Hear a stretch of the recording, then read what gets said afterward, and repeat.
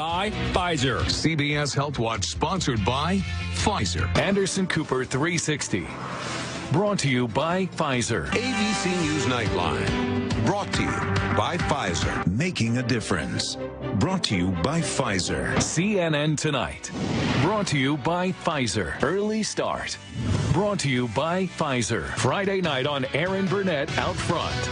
Brought to you by Pfizer. This Week with George Stephanopoulos is brought to you by Pfizer. This weather report brought to you by Pfizer. Today's countdown to the royal wedding is brought to you by Pfizer. And now a CBS Sports Update brought to you by Pfizer. Meet the Press data download brought to you by Pfizer. This portion of CBS This Morning sponsored by Pfizer. On how to find the hidden sugars in the American family diet. Sponsored by Pfizer.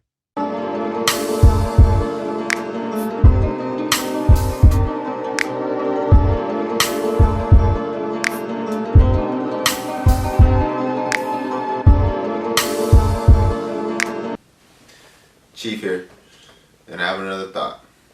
Today, I was thinking about cooking the books.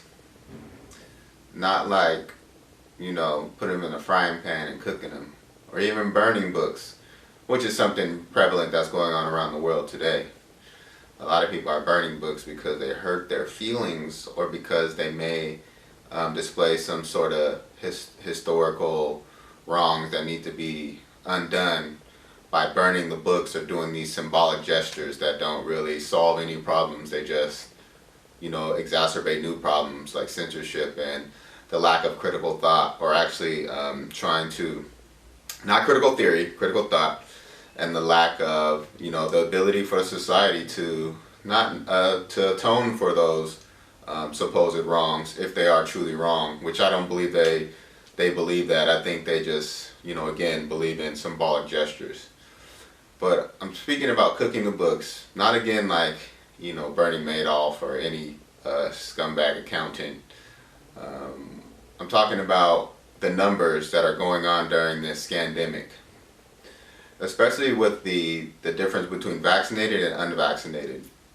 I think it's interesting how people automatically, I believe, people are automatically assuming that unvaccinated people mean people who have not received any jab, not one, not the two from the Pfizer or Moderna, or the one from Johnson & Johnson, the Janssen, or the AstraZeneca, or whatever, all these fucking other countries that are, I haven't actually investigated how Europe and, a lot of different companies who are using their own vaccines, how they are making the distinction between vaccinated and unvaccinated.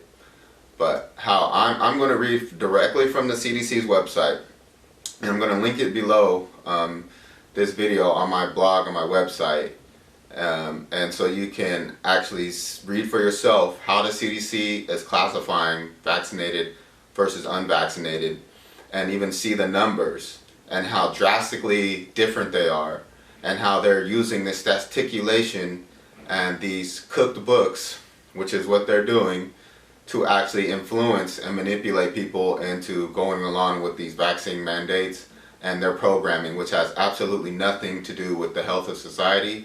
As you can look around Los Angeles, who's about to institute a vaccine mandate on November 4th.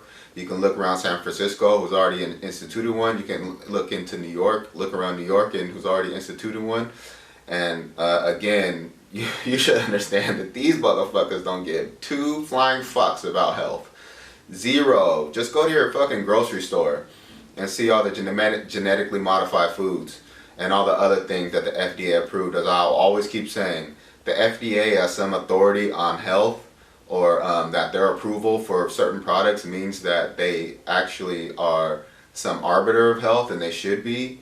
Is absolutely fallacious and just a misrepresentation of the authority that they should have over what we put into our bodies.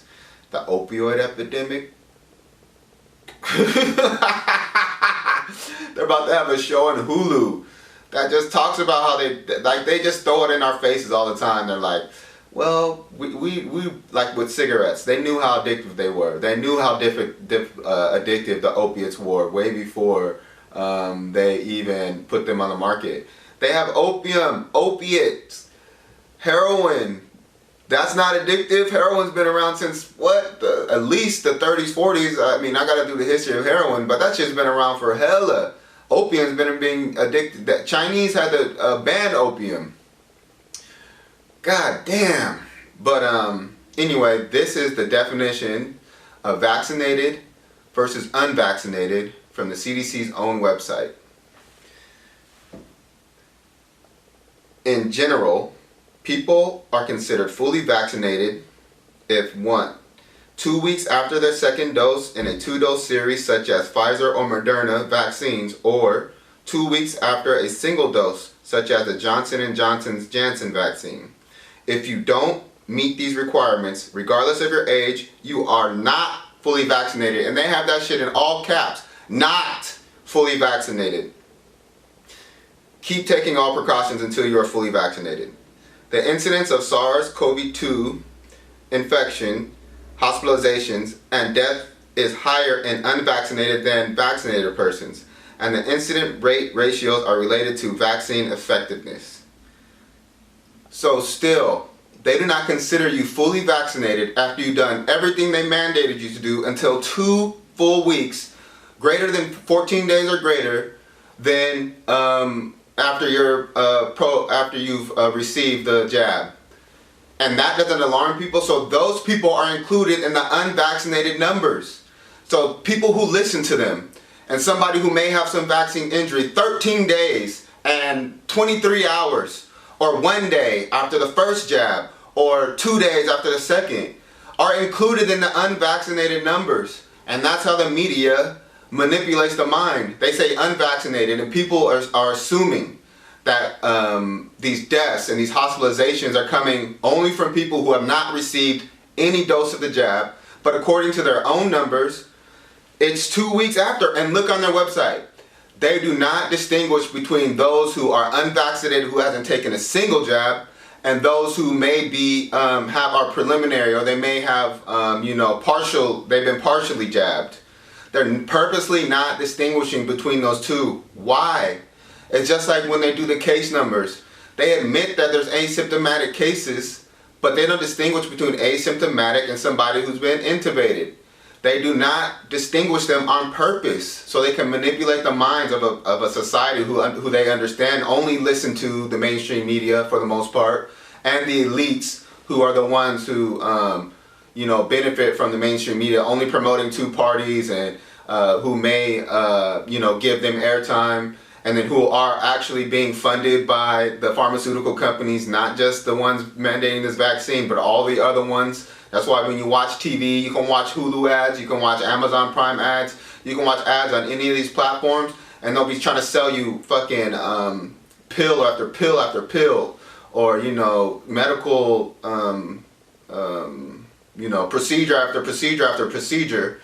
And then these same companies will be, not only will the politicians be invested in them, these pharmaceutical companies will lobby and put money in the coffers of these politicians, so that they help get these medicines approved, regardless if they're harmful to the people or not. So like, I'm not trying to be anti-vax, which is some false equivalency to what I actually believe, or this false equivalency to people who are actually trying to think critically and actually are asking questions. And you can actually see in the New York Times and all these fucking places where they're actually telling people not to think critically, where they're saying that I'm going to investigate it for myself is bad for the society. But look again, unvaccinated people are people who may have received all the vaccines that they want, but it hasn't been 2 weeks after they received those jabs. You can fulfill the whole program. The program is not completed until 2 weeks after you receive the jabs, and those are included in the unvaccinated numbers. And even on the Kaiser Family Foundation's website, which I will also link in the little comments that I'll put below this video on my blog, they state that, they're not distinguishing between deaths of people who are asymptomatic. They're saying like, the fully vaccinated who may die, they may have been asymptomatic. They may have been fucking, the other causes aren't determined. 31% of the causes weren't determined at all. It's like, what the fuck? But even still, they're not distinguishing the same thing between people who are dying of COVID and with COVID, of people and of cases as well. At the beginning of the pandemic, they were saying motherfuckers getting shot in the head in car accidents if they had COVID, that they were COVID deaths. But now, if a fully vaccinated person dies, there's so many questions about the death. Like, the books are being cooked. They're in the fucking frying pan. They're like being baked they're on broil in the fucking oven.